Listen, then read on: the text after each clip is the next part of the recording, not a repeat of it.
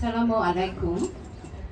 মাননীয় রাষ্ট্রদূত আবু জাফর, মহিলা সমিতির সভানেত্রী সালমা জাফর এবং টার্কিতে নবনিযুক্ত মাননীয় রাষ্ট্রদূত এবং ওনার সহধর্মীকে আবারও সালাম জানাই। আজকে 21শে ফেব্রুয়ারি প্রথমে শ্রদ্ধা জানাই আমাদের ভাষা সৈনিকদের, যারা ভাষার জন্য আত্মহুতি দিয়েছেন। তাই সবসময় আমরা উপলব্ধি করি এই গানটি, আমার ভাইয়ের রক্তে রাঙানো 21শে ফেব্রুয়ারি আমি কি করিতে পারি। এই 21শে ফেব্রুয়ারি আমাদের জাতীয় জীবনের বিশেষ দিন নয়, আমাদের স্বাধীনতার প্রথম ধাপ, যেখান থেকে স্বাধীনতার বীজ বপন করা হয়েছিল। ভাষা আন্দোলনের থেকে আমরা বুঝতে পারি আমাদেরকে দাবিয়ে রাখা হয়েছে। 1947 সালে ইন্ডিয়া পাকিস্তান রাষ্ট্র গঠন করা হয়েছিল, তা আমাদের উপর চাপিয়ে দেওয়া হয়েছিল।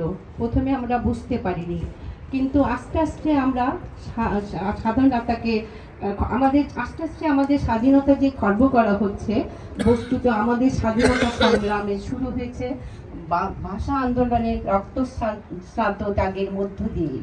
21শে পবিত্র রক্ত দিয়ে আমরা বুঝতে পারি পাকিস্তান নামক রাষ্ট্রে যে আমরা স্বাধীন নাগরিক হিসাবে রয়েছি তা আমরা ভাবার চেষ্টা করেছি, তা অর্থহীন।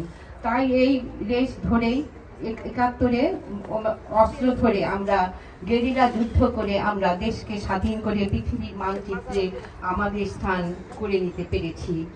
ভাষা আন্দোলন 1952-এর 21শে ফেব্রুয়ারি 8ই ফাল্গুন, এখনো আমাদের ফাল্গুন মাস। তাই মনে করি আমাদের কবি শামসুর রহমানের কবিতা দিয়ে আমি একটু শেষ করতে চাচ্ছি। আবার ফুটেছে দেখো কৃষ্ণচূড়া, থরে থরে শহরের পথে কেবল নিবিড় হয়ে, কখনো মিছিল কখনো বা একা হেঁটে যেতে মনে হয়। ফুল নয়, ওরা শহীদের ঝলকিত রক্তের বুদবুদ, স্মৃতিগন্ধে ভরপুর 21শে কৃষ্ণচূড়া আমাদেরই চেতনার রং। তাই মাথা নত করি সেই সকল বীর ভাষা সৈনিকদের, যারা আমাদের জন্য স্বাধীনতার দ্বার খুলে দিয়েছিলেন। ধন্যবাদ। জয় বঙ্গবন্ধু, জয় বাংলা, জয় বঙ্গবন্ধু। আমাদের বাংলাদেশ চিরজীবী হোক। আমরা সব সময় আমাদের দেশের উন্নতির জন্য চেষ্টা করে যাব এবং আমাদের সরকার যেভাবে করতে যাচ্ছেন আমরা তাদের সাথে সবসময় আছি। আল্লাহ হাফেজ। এ পর্যায়ে আমি আহ্বান জানাচ্ছি জনাব